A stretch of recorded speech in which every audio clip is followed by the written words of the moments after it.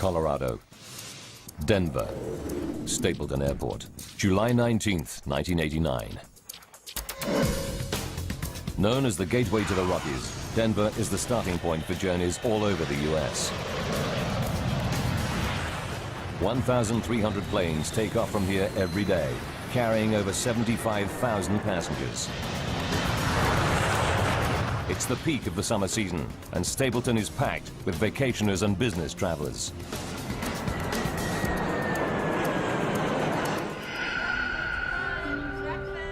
Debbie McKelvey will be among the vacationers flying from Stapleton today. She's taking her children, Devon, age 6, and her son Ryan, who's 7, to a family reunion back in her home state of Pennsylvania. I was going home for 2 weeks with my children, and I was very, very excited about the trip. Debbie is taking advantage of United Airlines Children's Day promotion. Today, kids under 14 can fly for 1 cent, but each must fly with a paying adult. Debbie pairs up with a tennis club girlfriend, Ruth Ness, so she can sit with one of the kids. It was nice having Ruth with me because she entertained one child while I was entertaining the other child. 1:15 p.m. Debbie, Ruth, and the kids wait to board flight UA 232 to Philadelphia via Chicago.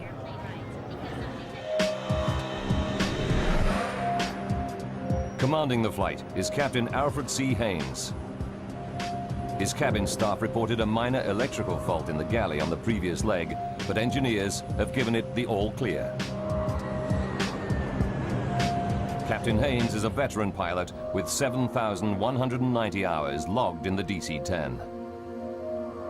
The passengers will be in safe hands today. The DC-10 is a great airplane to fly. I think I was termed an old man's airplane because it's so simple to fly.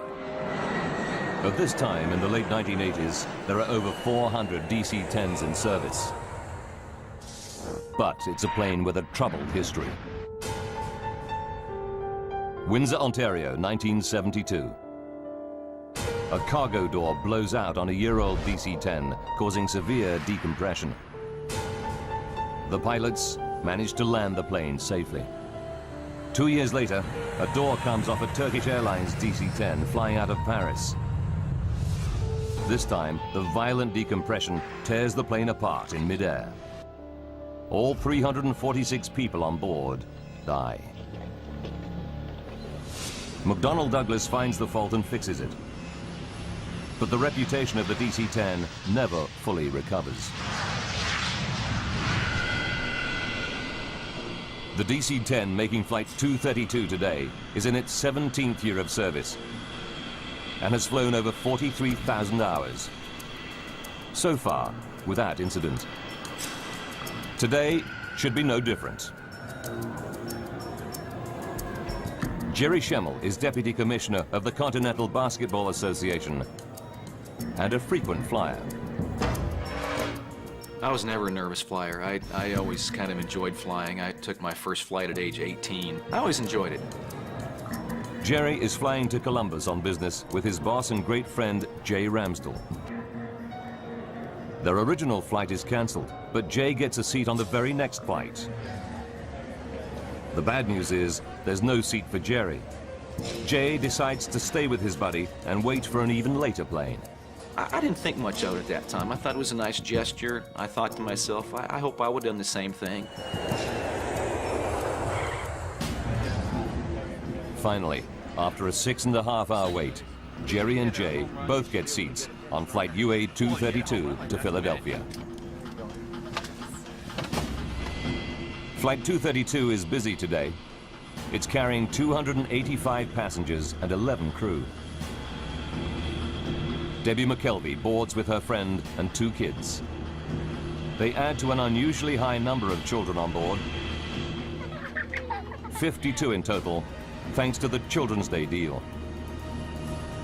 For senior flight attendant Jan Brown Law, lots of children on board means a busy flight ahead. After a 4-day trip, Jan is excited to be heading home to Chicago.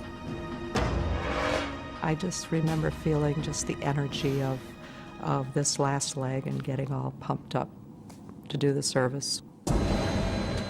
Captain Haynes, co-pilot Bill Records, and flight engineer Dudley Dvorak run through their pre-flight checks. They taxi out to the runway and await the takeoff clearance. At 2:09 p.m., the three-engine jet flies out of Denver. The morning we left Denver, it was clear skies, beautiful day, nice smooth air, comfortable flight, just a routine flight. Debbie McKelvey sits with her son Ryan, while her friend Ruth is one row behind, looking after her daughter Devon. At 3:16 p.m., they're finishing their meal.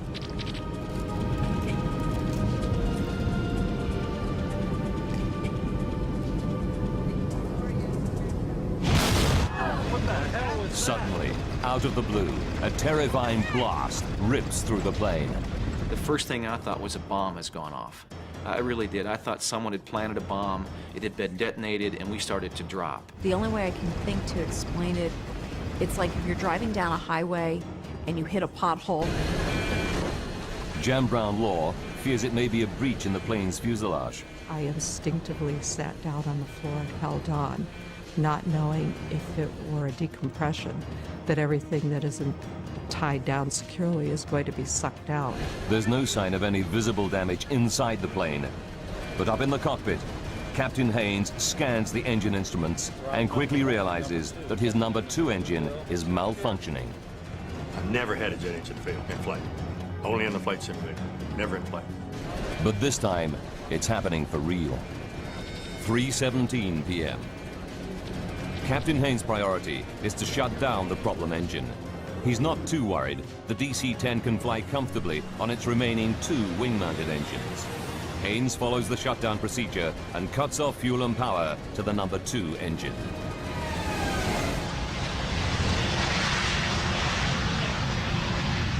The problem engine is off. But now flight engineer Dudley Dvorak spots something else wrong. Al, we've lost all hydraulic quantity. His instruments tell him that all 3 of the plane's hydraulic systems are empty. He cannot believe his eyes. The hydraulic systems operate the plane's flaps, ailerons, rudder, and elevator. Without these controls, the pilots won't be able to steer the plane or take it up or down. But the instruments are right. Al, can you help me out with this? Co-pilot Bill Records is horrified to find his flight controls are no longer responding. Still got the brake down. The plane starts to bank steeply to the right, and he's powerless to stop it. That's when we realized we were in a world of hurt, that something was drastically wrong. Now Captain Haynes tries the flight controls, but he cannot get the DC-10 back into level flight either. The plane is now trying to roll over, a terrifying prospect. We have nothing to turn the airplane, nothing to control the pitch of the aircraft. Nothing. Fly the aircraft. It's every pilot's nightmare. Flight 232 is at 11,000 meters and out of control. If its left wing continues to lift, the plane will flip over and tumble to its doom.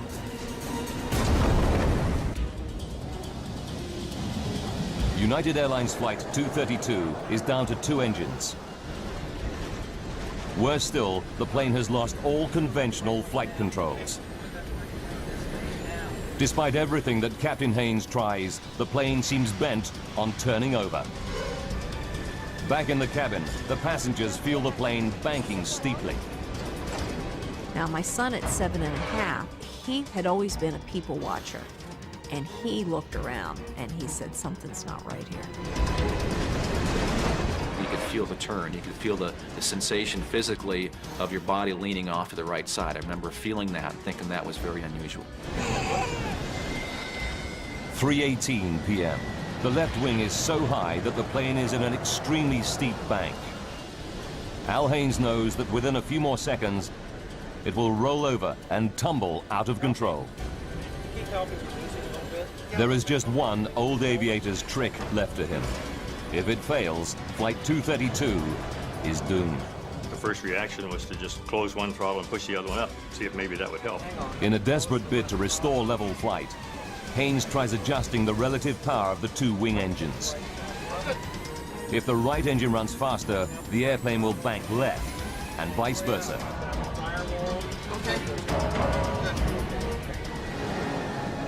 It works.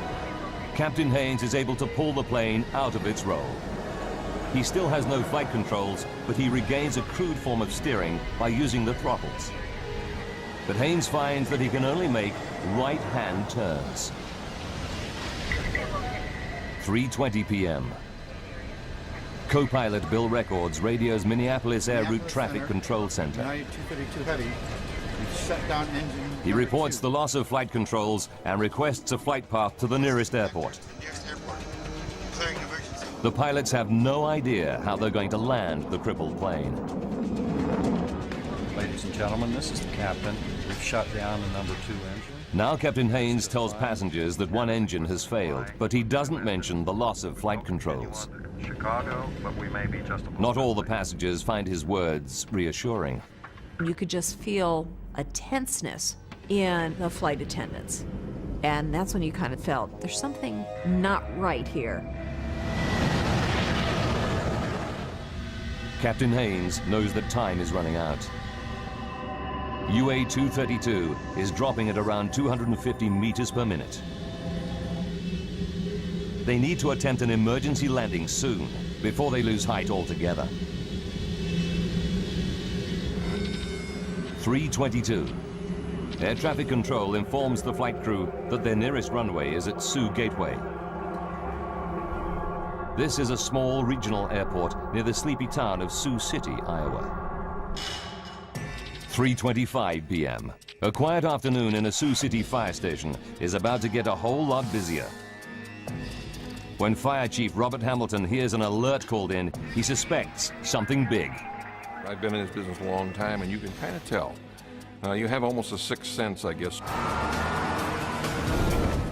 Within minutes, the fire chief's hunch is proved correct. UA-232 is heading right for his city.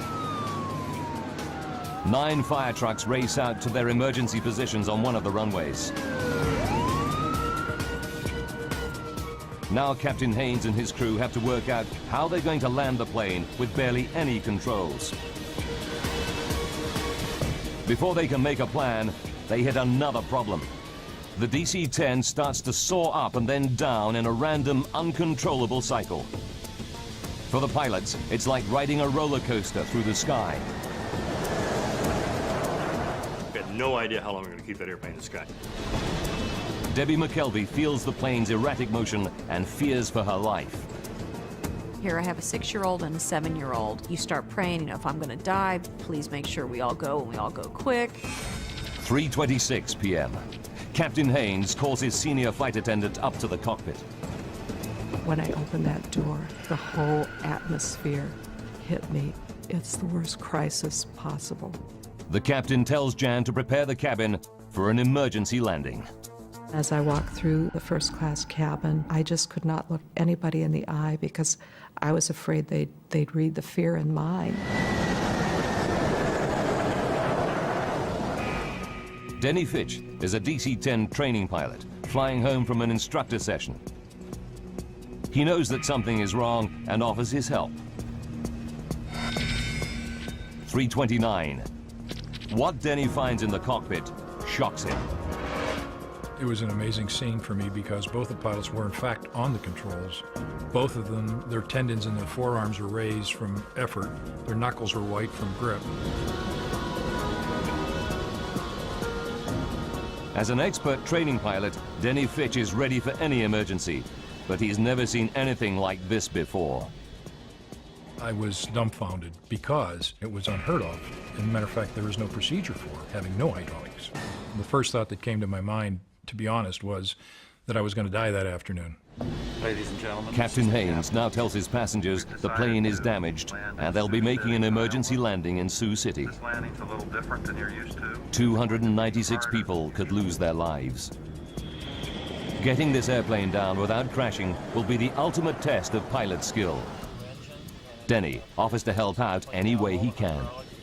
I said, "Captain, would you want me to do your throttles?" And he responded, "Yes, do that." Denny takes over on the throttles, the only controls still functioning. They allow him some degree of steering, but the plane is still only able to make right-hand turns.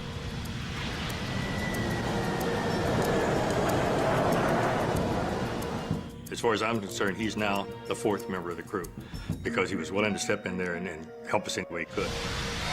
3:48.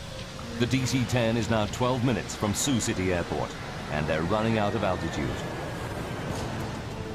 It's time for the pilots to face an almost unthinkable prospect. In a few minutes, they must attempt to land a 165-ton jet without proper flight controls. The lives of 285 passengers are in their hands.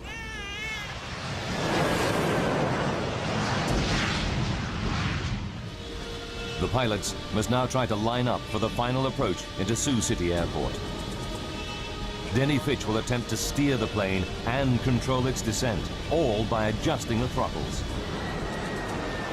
What's more, the plane can only make right-hand turns. The plan is to make a series of looping turns and hope that as they come out of their final circuit, they're facing the runway. The odds are stacked against them. At 3:50 p.m., Senior Flight Attendant Jan Brown-Law begins her final safety briefing. The passengers were right there in the palm of our hand. There, you could have heard a pin drop. Jan pays special attention to the 4 children too small to have their own seats. You need to put your seatbelt on and cross. Official guidelines are non-specific, but United Airlines procedure at the time is for adults to hold these lap children on the floor during an emergency landing. Jan is anxious about the procedure, but has no option but to follow protocol. It makes my skin crawl to this day to think that I found myself telling passengers, parents of lap children, to put their child on the floor and hold them down. As the flight crew near Sioux City, they are only too aware of what's at stake. You've got 296 lives in your 2 hands. You literally do. And I've never felt so overwhelmingly, responsible for anything in my life. With no brakes, the DC-10 will need a long runway. Air traffic control assigns them runway 31 at 2,700 meters. It's the longest at Sioux City. 3:52 p.m. Denny Fitch puts the plane into its final looping turn. He knows the crippled jet would never be able to regain altitude for a second attempt. This was it. We had to land on that runway. One time, that's all we had. As they emerge from their final loop, the pilots see a wonderful sight. Sioux City Airport, dead ahead. There's just one problem. It's the wrong runway. Here we are, there's a runway right in front of us. We're out of time, we're out of altitude. That's where we're gonna go. Runway 22 is much shorter than runway 31, and it's full of fire trucks and ambulances. It wasn't until probably a couple of minutes at the most that we had a change in that the runway was actually shifted then from 1331 to runway 22. 3:59. Fire trucks race out of the path of the plunging DC-10. And so we were basically just kind of scrambling, getting out of the way, if you will, and trying to get to an ideal position for that particular runway. Captain Haynes orders the passengers into the brace position. Brace, brace, brace. The minute we said brace, it was like a breeze going over a field of wheat.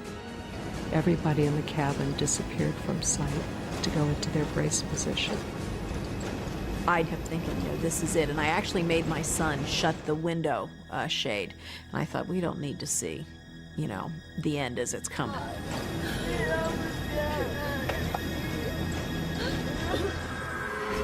As the pilots desperately try to line up the airplane with the runway, they realize they're still coming in at 400 kilometers per hour, around 150 kilometers per hour faster than normal.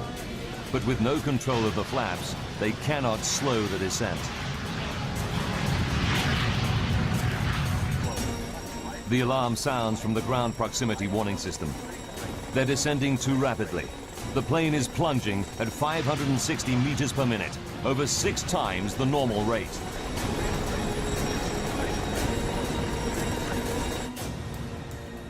Down on the ground, a local news crew races into position to cover the crash landing. Not gonna be pretty. 4 p.m. Just seconds from landing, the nose and right wing drop. If they come in at this angle, the plane could break apart. And I shoved both the throttles to maximum power, hoping that would result in the nose being pulled up. Denny Fitch desperately struggles to bring the nose back up, but it's too late. The engines don't respond in time. 4 p.m. and 16 seconds. The plane smashes into the runway. It just felt like we dropped out of the sky and hit the ground. It wasn't like it was an emergency landing. It was a crash. I could hear all the screeching metal and noises that you've never heard before and you hope you never hear again. The right landing gear and wing shear off, spilling fuel and sparking a fire. I could see fireballs because I guess the plane, you know, it's screeching on the runway. And then that was my next thought. Oh my God, we're gonna burn to death. The jet careers along the runway on its wing stump for about 600 meters, then breaks apart. The cockpit had snapped off like a pencil tip, and we became a tumbling 200-mile-an-hour piece of wreckage. The main section of the fuselage skids further down the runway, rolls over on its back, and comes to a halt at the side of the airfield.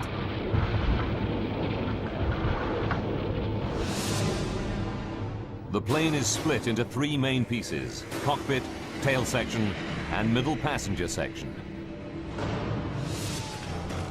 Dozens of surviving passengers flee the burning cabin. Fire trucks and ambulances race to help them. Emergency workers arrive to an horrific scene of dead and injured passengers.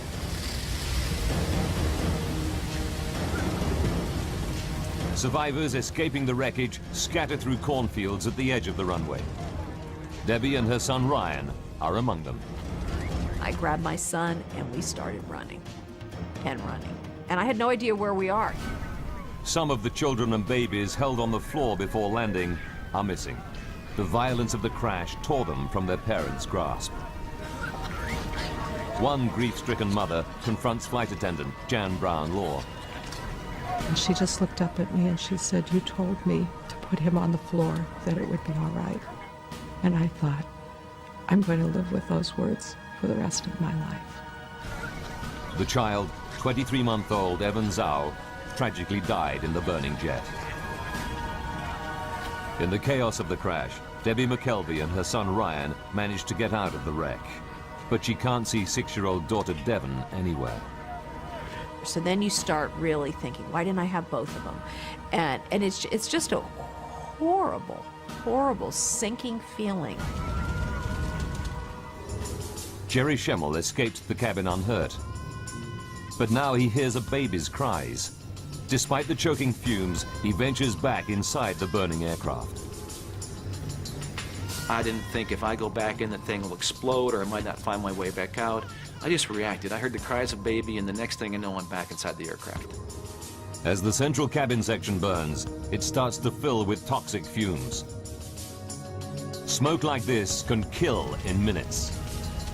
Parents like Debbie McKelvey fear that their missing children could still be somewhere inside the blazing jet. Flight 232 crashes at Sioux City Airport and lies in a smoking ruin at the edge of the runway. Survivors flee the crashed airliner, but a baby's cries draw passenger Jerry Schemmel back inside. So I finally got right over top of the crying, and I'm feeling around, and there's a baby stuck inside this overhead bin. I just grabbed the baby with one arm and scooped her out of the hole. I got back on my feet, found the opening, just kind of aimed for the sunlight and shot out the plane the second time. Jerry's actions probably saved the baby's life. But Debbie McKelvey is desperate. She fears her daughter and friend have not survived the crash. Then, suddenly, she spots a face. It's her 6-year-old daughter, Devon, emerging from the smoke. It was the absolute best feeling because she was there and she was okay. While passengers flee the wreckage, Captain Haynes and the flight crew are trapped in the cockpit. The plane's nose has buried itself into the soft earth beside the runway. It's the last place the rescuers reach. They have to use a forklift and cutting equipment to get through the twisted wreckage. It takes 30 minutes to reach the pilots. At 5 p.m., rescuers pull out all 4 pilots, seriously injured, but alive. As I remember the pat on my chest, and his words to me were, "You're okay, buddy, I'm here, I got you, you're gonna be okay." And I felt this tremendous relief. The flaming wreck of UA-232 burns for over 2 hours. 9 helicopters and 34 ambulances evacuate survivors. Jerry Schemmel's thoughts turn to his buddy, Jay, whom he lost sight of in the crash. Jerry hopes that he might have made it, but as time goes by, he loses all hope. I had a pretty good hunch 8 hours after the crash, when he didn't show up anywhere, that he wasn't a survivor. Jay Ramsdell is one of 111 passengers who lose their lives in the crash. 1 flight attendant is also killed. 11 children are among the dead. Remarkably, 184 people survived the Sioux City crash. But for the pilots of Flight 232, any number of deaths is a tragedy. Training pilot Denny Fitch learns how many died when his wife visits him in hospital.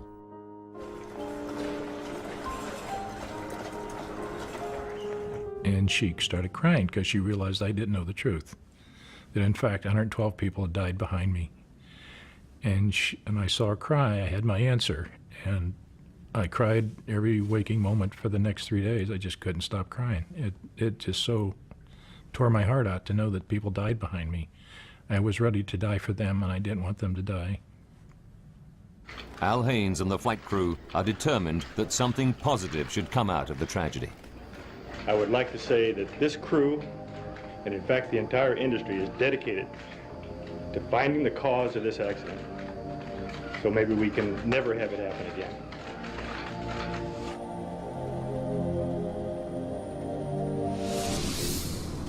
The National Transportation Safety Board, or NTSB, dispatches an investigation team to Sioux City.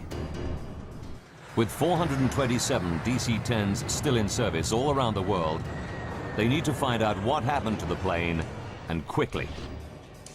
Frank Hildrup leads the team, analyzing the aircraft structure. There's a lot of apprehension and anxiety, of course, that we always go into these things with, and I was fairly new at the time. I had not been with the agency but for about 9 months. Hildrup and the NTSB team arrive in Iowa 9 hours after the crash and get straight down to work. The investigators' first priority is to try to recover every piece of the wreckage so that they can reassemble the aircraft. It's a mammoth task. It was such an immense accident scene that we just knew we had a long investigation ahead of ourselves. The crash scatters thousands of fragments of debris over a distance of 1 kilometer. Emergency services and the National Guard mobilize hundreds of personnel. They scour every square meter of land around the runway. The tiniest component might tell them what triggered the crash, as investigator Jim Wildey knows only too well. If you want to understand how the airplane came apart, if you want to understand the interrelationships of various pieces, it is very useful sometimes to put the structure back together. Investigators interview the 4 pilots to explore the bizarre loss of controls they reported during the flight.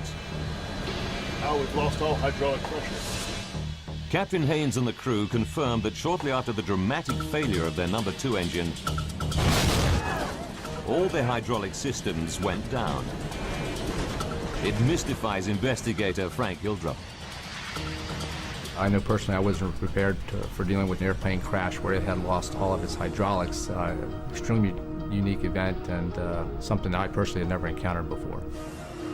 Hydraulics operate all the flight controls on the DC-10. The flaps that help control descent. The elevators that pitch the plane up and down. The rudder that steers it. The ailerons that make it bank. Pressurized fluid inside hydraulic lines operates these mechanical controls. There are 3 separate and independent hydraulic systems. Even if one system is breached, it should not cause the loss of hydraulic fluid in the others. To lose fluid from all 3 systems at once is almost impossible.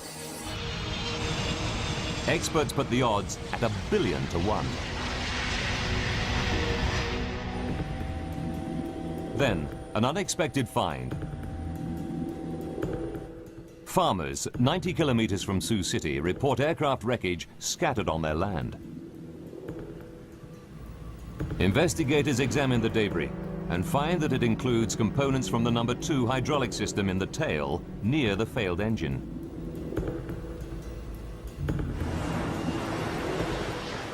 The team can calculate from the plane's flight path exactly when these parts fell.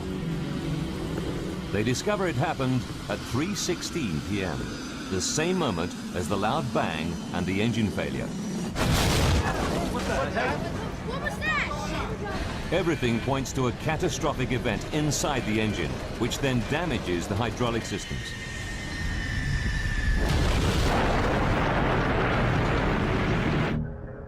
They go back to the wrecked plane and examine every millimeter of its hydraulic lines. It's a painstaking process, but it pays off. They find puncture holes in the pressure lines of the plane's other 2 hydraulic systems, and the holes in both sets of pressure lines are near the failed engine. We determined that all the 3 hydraulic systems had been breached, and that's why the hydraulic fluid was lost, and they lost the ability to really control the airplane. It's incredible, but true. Something did put all 3 hydraulic systems out of action at exactly the same moment. But the team still has to prove that the number 2 engine caused the damage.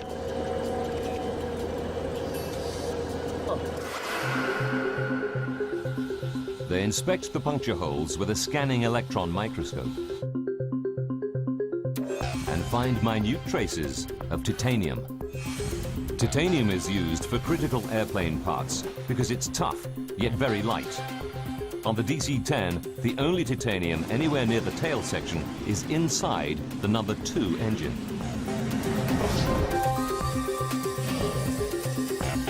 And when NTSB engineers reconstruct the DC-10's number 2 engine, a new clue confirms the team's theory. We learned that a major portion of the number 2 engine in the tail of the airplane had come apart and was missing. The missing part is the fan disc, the massive central hub of the engine's fan assembly. It's made of titanium. Investigators are starting to get a picture of what caused the bizarre loss of controls aboard flight UA-232. 44 minutes from disaster. The loud bang that crew and passengers hear is the 170-kilogram fan disc fracturing. The broken fan disc bursts through the engine housing. The blast fractures a section of the number 2 hydraulic system. But in a piece of catastrophic bad luck, fragments also puncture lines in both remaining systems. Mark 0 on all 3. I'm sure it is. Gauges say 0. All hydraulic quantity down. 42 minutes to go. The plane loses all its flight controls. The tail section is so badly damaged that the plane can only make right-hand turns. And without elevators, the pilots cannot keep the plane on a level flight path through the sky. But the NTSB investigators still don't know what caused the fan disc to fracture. Until they find out, more than 200 other DC-10s could be flying around with engines that have a similar hidden fault.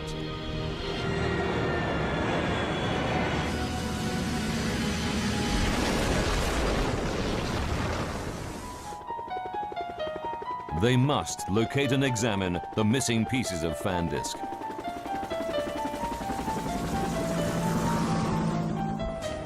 Investigators calculate the likely trajectory of the fan disc debris to find out where it might have landed.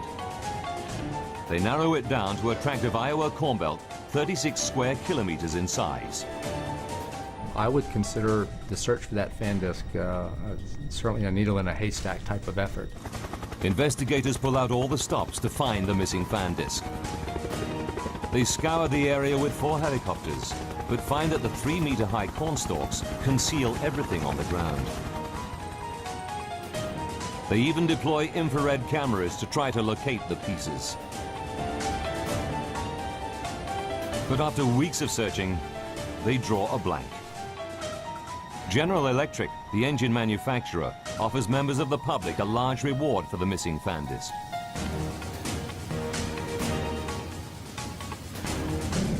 But there's still no sign of it. 2 months go by, and harvest time comes around. Janice and Dale Sorensen have a 180-hectare farm right in the middle of the search area.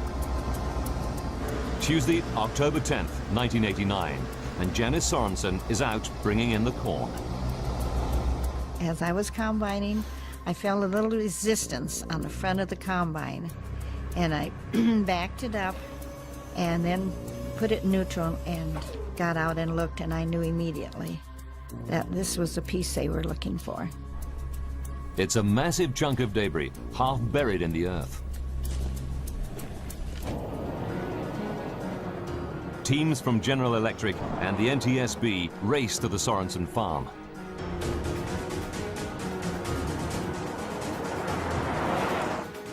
Dale and Janice help investigators dig out the piece of wreckage. This is the Sorensens' own video footage of their find. I had a little shovel long, and I went and got the tractor with a loader and put a chain around it, hoisted it up, and then we took it down to the turkey shed, which was not very far away, and we had hot water there, so we washed it off, so it was spick and span.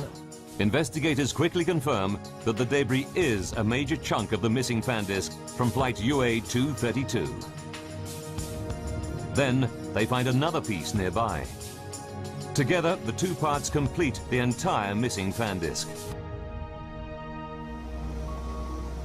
Janice Sorensen learns that her find could hold the key to the disaster. I was very emotional about it. I had some tears. It was a combination of the excitement of finding the piece and of the tears for those who'd lost their lives. One more. Janice and her husband Dale collect General Electric's $120,000 reward. They give over half the money to charity. The NTSB can now begin the next phase of their investigation. They fly the fractured fan disc to the labs of the engine manufacturer General Electric to find out what could break apart such a robust metal component. Jim Wildy, a metallurgist by training, examines the fan disc, starting with the main fracture line where it broke apart. He spots something branching off it, a fatigue crack 13 millimeters long. It's rare to find metal fatigue in a fan disc. These components are specifically designed to withstand the enormous rotational forces within the engine.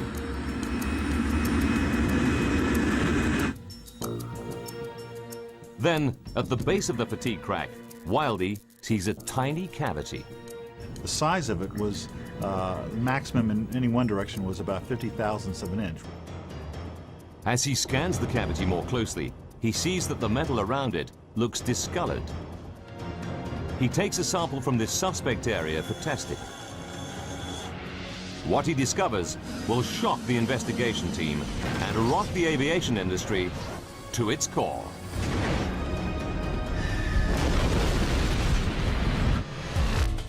Investigator Jim Wildey examines a tiny cavity in the fractured fan disc from flight UA-232. What he finds stuns him. Around the cavity, there is an impurity in the titanium alloy. It's called a hard alpha inclusion, a brittle defect smaller than a fingernail. Analysis reveals that it was caused by excess nitrogen during the forging of the metal ingot. The fan disc in the DC-10 was made from titanium that harbored a fatal hidden defect. It's the final piece of the puzzle. The NTSB team can now put together the chain of events that left the passengers and crew of flight UA-232 seconds from disaster.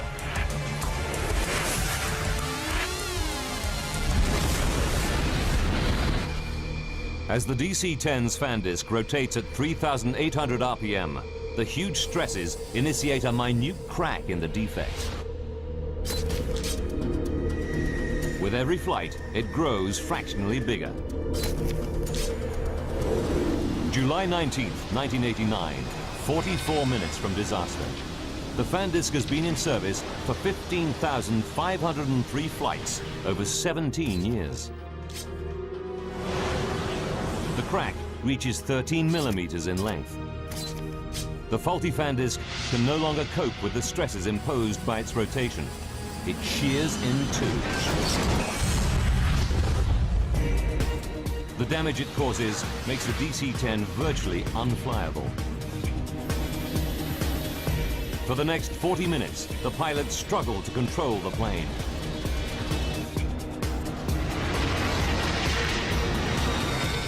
Five minutes to go. Flight 232 comes out of its final turn into Sioux City. 20 seconds. As the plane comes into land, the right wing drops.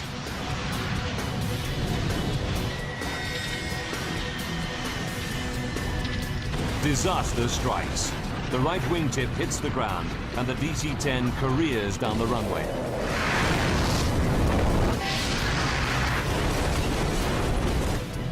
A $21 million jet weighing 165 tons is brought down by a tiny metallic floor. For the NTSB investigation team, there's a terrible twist to the tragedy. Investigators discover that United Airlines technicians made a routine inspection of the defective fan disc just 16 months before the crash. They're disturbed. The crack was on the fan disc surface. At the time of the inspection, the crack could have been close to 13 millimeters long. This disc had been inspected before the accident, and we determined that the crack was of a detectable size, but that it just wasn't detected. The NTSB report concluded that the crack was probably missed due to human error. The report accepted that United Airlines inspection procedures complied with regulations and were up to industry standard, and cited human factors as an industry-wide problem in engine inspection. In the wake of the Sioux City disaster, the Federal Aviation Authority upgraded engine inspection procedures. The FAA also demanded changes to the DC-10's hydraulic systems. Airlines were required to add shut-off valves to limit the amount of fluid that can drain from a breach in hydraulic lines. But today, lab children are still allowed to remain unrestrained during emergency landings.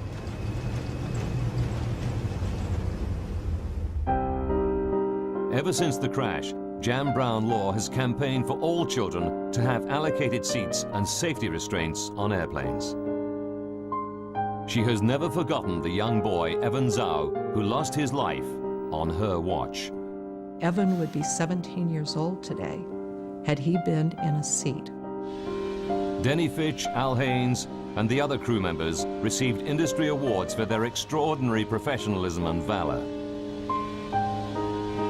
Jerry Schemmel, who now has children of his own, will never forget the debt he owes the pilots. I've thought about those guys every day for 16 years. I don't think we could have been equipped with a better cockpit crew than what we had. The safety measures triggered by the Sioux City crash transformed aviation safety, not just on the DC-10, but on all passenger airliners. The new rules should ensure that such a bizarre and devastating accident can never happen again.